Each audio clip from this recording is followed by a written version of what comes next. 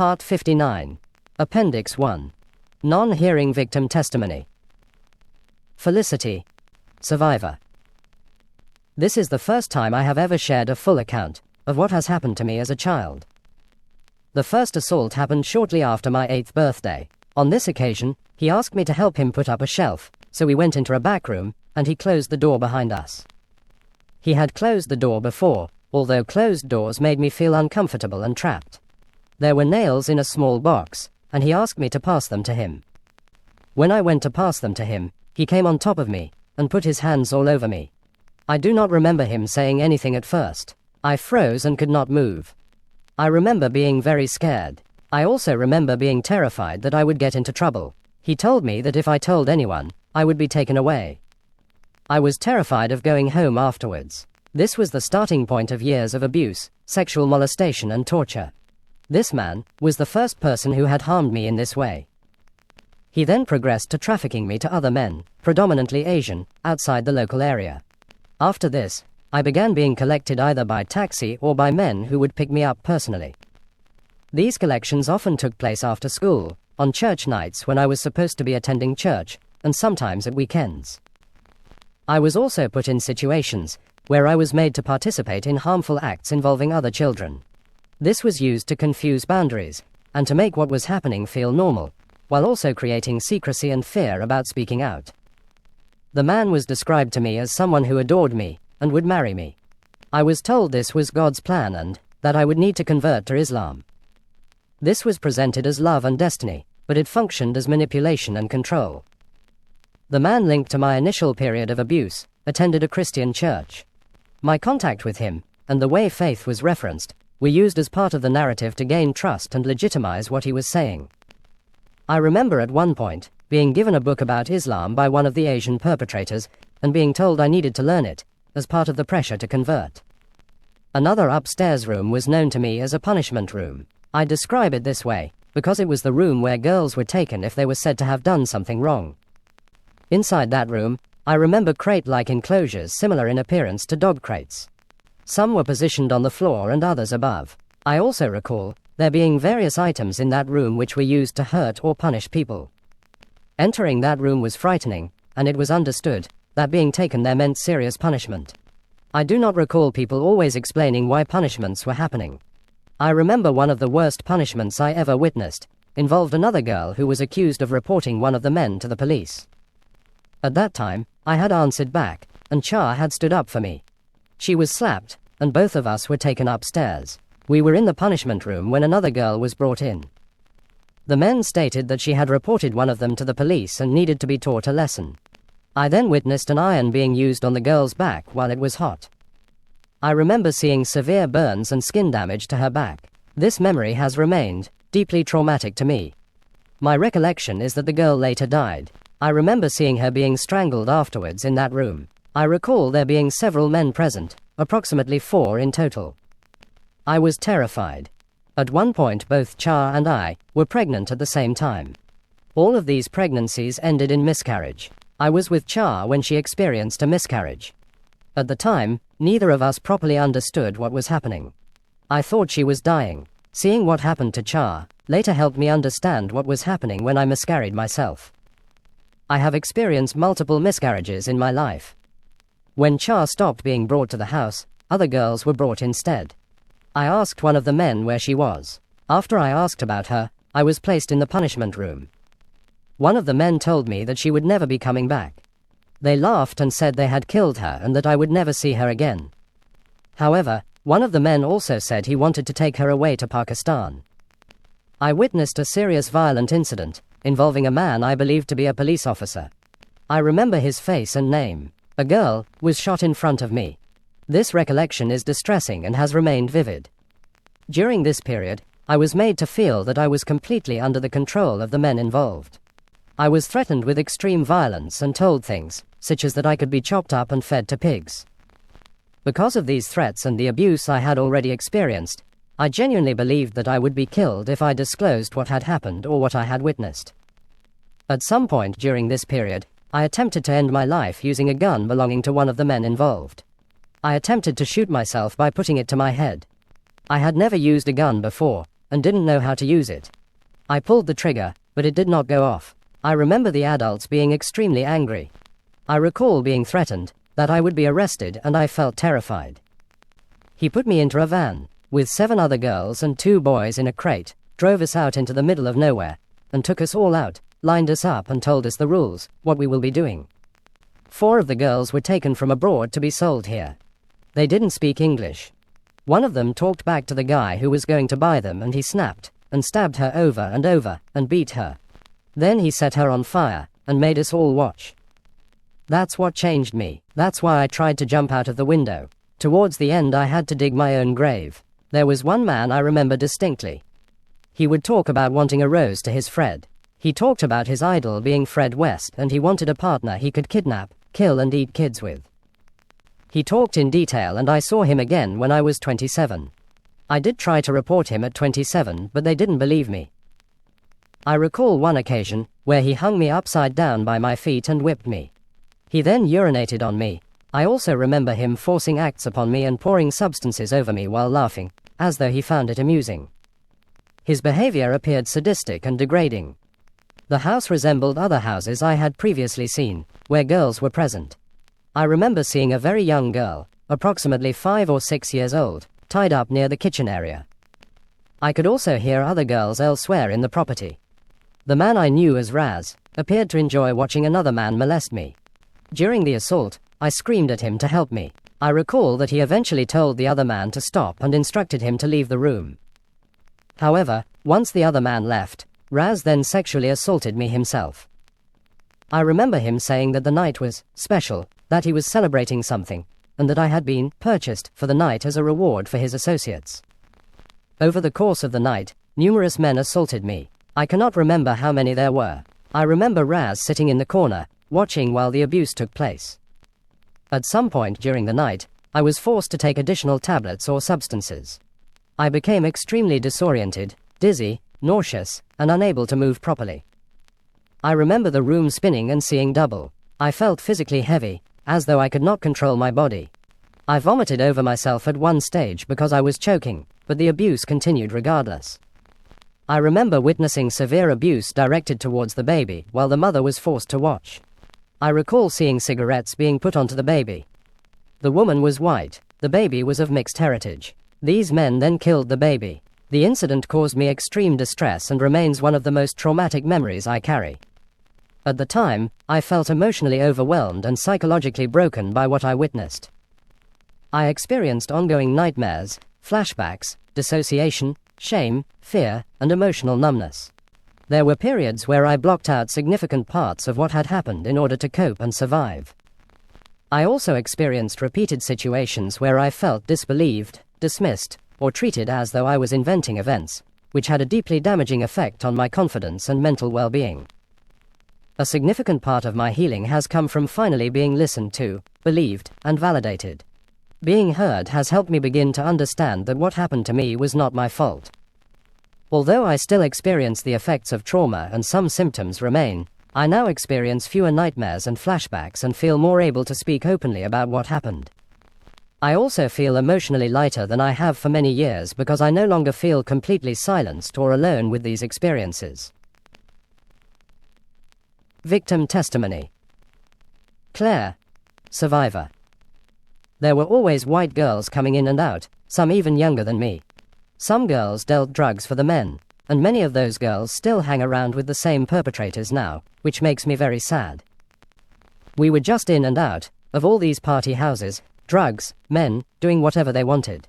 The lads would pick us up from school. We raised concerns at the time because we all went to the sexual health clinic, so there are records from that. Even the chief inspector of redacted police was aware. Victim testimony. Tinkerbell, survivor. 3 weeks after my placement, I woke in the middle of the night to find someone's hand inside my vagina.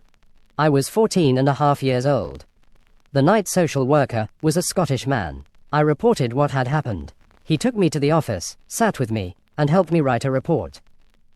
The following morning, he had gone. No one followed up. No report was acted upon. No one asked me if I was safe. Nothing happened. From that point onwards, I felt no safer than I had at home. The abuse continued on several further occasions within the care setting. I have vivid memories of nighttime routines in the home, including occasions where one child was selected to stay up and watch a film with staff while others were sent to bed. I recall being given a glass of lemonade and having no memory of what happened afterwards. During this time, my education collapsed. I had previously been a high-achieving student with aspirations to become an architect. However, I began truanting and disengaging. While in care, I also experienced significant chaos, including police informing me that my mother had emptied my bank account by forging my signature. Despite this, I was pressured to return home. I began running away from the children's home. Initially, I did so alone, but later, another girl joined the home who I knew previously. After I told her what had been happening, we began running away together. We were groomed by adult men while on the streets. These included Pakistani men and a Polish man, as well as his son. The arrangement was implicit: shelter, food and cigarettes in exchange for sex. Victim testimony. Leah, survivor. I bought a house in 2002 and noticed my abuser hanging around, outside of my house in a taxi, from the latter part of 2002 to the early part of 2003.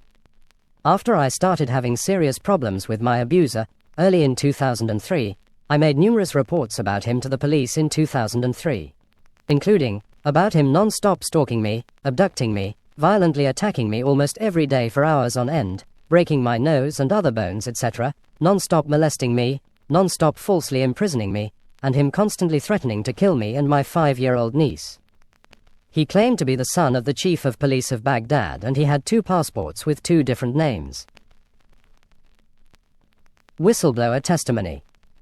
Anonymous interim turnaround manager. I am an interim turnaround manager. I have worked in this type of role for many years. In or around 2019, I was brought into a residential children's service in a large town in Greater Manchester on an interim basis from approximately September until March of the following year. My role was to stabilize the service, support carers, identify systemic issues, and exercise professional judgment about whether the service was meeting the needs of the children placed there. From the outset, it was clear to me that the service was not meeting the needs of the children and young people placed within it. There were long-standing concerns about carer support, safeguarding practice, and how risks were being managed. Although issues were repeatedly raised and formally investigated, meaningful change did not follow. From what I observed, and from listening to my colleagues' statements, the same mistakes were being made repeatedly. In my professional opinion, these failures directly led to children being placed at risk, and in some cases, to the abuse of children. Safeguarding was not effective, particularly in relation to sexual exploitation. The service was not taking the necessary steps to keep children safe. Whistleblower testimony. Anonymous consultant physician. Through my medical career, I have witnessed firsthand the devastating impact of sexual abuse on children and adults of all genders. Sexual abuse destroys lives, often presenting in healthcare settings, not only through direct disclosures, but through physical symptoms, psychological distress and complex presentations that mask the underlying abuse.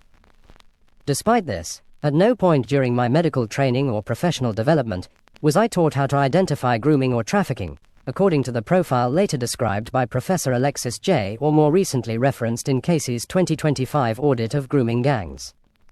Nor were we trained on the Alexis J. report itself. Victim testimony. Anonymous, survivor. During this period, I was trafficked to Greece so that he could evade the law and continue abusing me as a child. Religion was used as a controlling mechanism. A distorted form of Christianity was used to instill fear, omnipotence and obedience, with threats of divine punishment, death and hell if I resisted. The abuser carried a gun, issued threats of violence, death and suicide, used alcohol, and isolated me almost entirely from society for approximately 5 years, except for education. Even my schooling was tightly controlled through pickups, drop-offs, intimidation of teachers and acts of violence towards others. Victim testimony. Jojo, parent of survivor.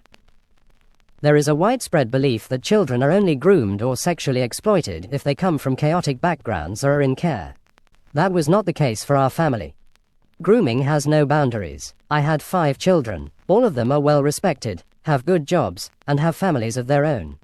My daughter did not come from a broken home.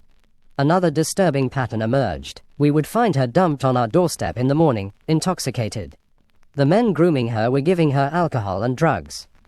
We questioned her about this so-called boyfriend. She told us she loved him. When we asked his age, she said she thought he was around 25 years old. She talked about meeting his family. She was a young teenager. I could not understand how any family could accept a grown man being involved with a child. I will never forget being told by police officers that if she carried on as she was, she would end up either dead or sexually abused. Despite saying this, they did not recognize her as a victim. They did not arrest the adult men she was being found with, even though she was only 13 or 14 years old. When my daughter was 15 years old, police came to our door and told us she had been sexually assaulted by 4 Asian males. They were Pakistani men. We rushed to her. She was in a terrible state and could barely walk. She had been plied with a large amount of alcohol. She was sexually abused and had curry powder thrown over her. This took place at a hotel during Eid. Staff at the hotel had seen my daughter being escorted to a hotel room by a group of Asian men. It was the hotel manager who contacted the police, who then contacted us. My daughter's perpetrators were charged, and the case was prepared for trial. On the day of the trial, we were told the case had been dropped. We were told only that the perpetrator had a very good solicitor. No written explanation was ever provided. This moment destroyed her. She felt she had not been believed, and had not received justice. Her drinking escalated. In 2022, my daughters found their sister deceased in her flat. She was 33 years old. She died alone. I believe that the grooming, sexual abuse, institutional failures, and collapse of the justice process directly contributed to my daughter's death. Victim testimony. Phoebe, survivor. Over the past few years, everything has been taken away from us, and none of us were prepared for it, especially me. It has been a huge culture shock to watch our old life gradually disappear, particularly as a result of what happened to me as a teenager. It's hard for my dad to put into words how much this affected him, but I know it changed him deeply. It changed all of us. Even though we've tried to move forward and rebuild our lives, nothing has ever really been the same since. We had expected to be taken seriously by the police. We believed the law was there to protect us. It was deeply shocking to discover that vital evidence had been deleted from the phone we had handed over. This was redacted. Police. Victim testimony. Ross, parent of Phoebe. What happened to my daughter, Phoebe, and the processes that followed, including the complaints procedures, subject access requests, and prolonged delays without proper investigation, have had a profound impact on me and on our family. These experiences have affected me emotionally, physically, mentally, and financially. They have affected my relationships, my ability to trust, my sleep, my eating habits, and the way I think. These impacts have continued over the last 3 to 4 years and are ongoing. I've had to focus on protecting Phoebe, attempting to repair the damage done to her, while at the same time committing myself fully to navigating complex complaints processes and gathering evidence to understand how we were treated. Both Phoebe and I now suffer from anxiety and depression. Phoebe's health has been further impacted by her epilepsy diagnosis in 2024. If the authorities are able to treat my daughter and our family in this way, I believe they are capable of doing the same to others. What has happened to Phoebe, and what we have lived through over the last 3 to 4 years, will stay with us forever. Victim testimony. Celeste, survivor. I was then approached by one of the Slovakian men and he asked me to suck his penis, which I refused. He then began to force his penis into my mouth. I was then grabbed by a tall muscly man wearing a pair of glasses. He shoved me down onto the floor and ripped off my clothes. I completely froze in fear whilst he penetrated me. I couldn't fight him off as he was so much bigger than me. He finished what he was doing and walked off. Before I even had a chance to take in what had just happened, another man walked in. He held my shoulders to the floor whilst he put his penis inside of me. I was molested by the same 4 men continuously over a 2-day period. It felt like an eternity. They would make us shower, and watched whilst we did so. I was so confused at the time to why they did this. Following these events, I was prescribed sleeping medication, which was ineffective.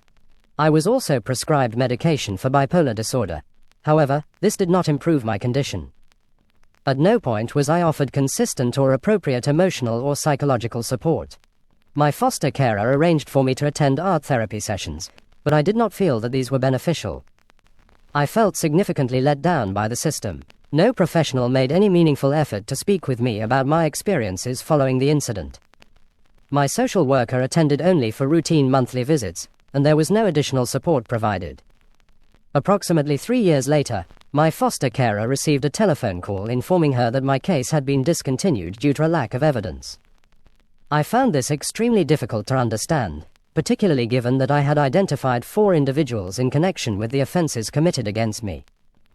Throughout my teenage years, I continued to struggle with the emotional and psychological effects of what had happened.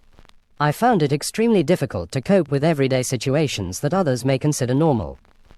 Even now, at the age of 26, I continue to experience ongoing difficulties, including distress triggered by certain smells, sounds, or environments, which bring back memories of the events.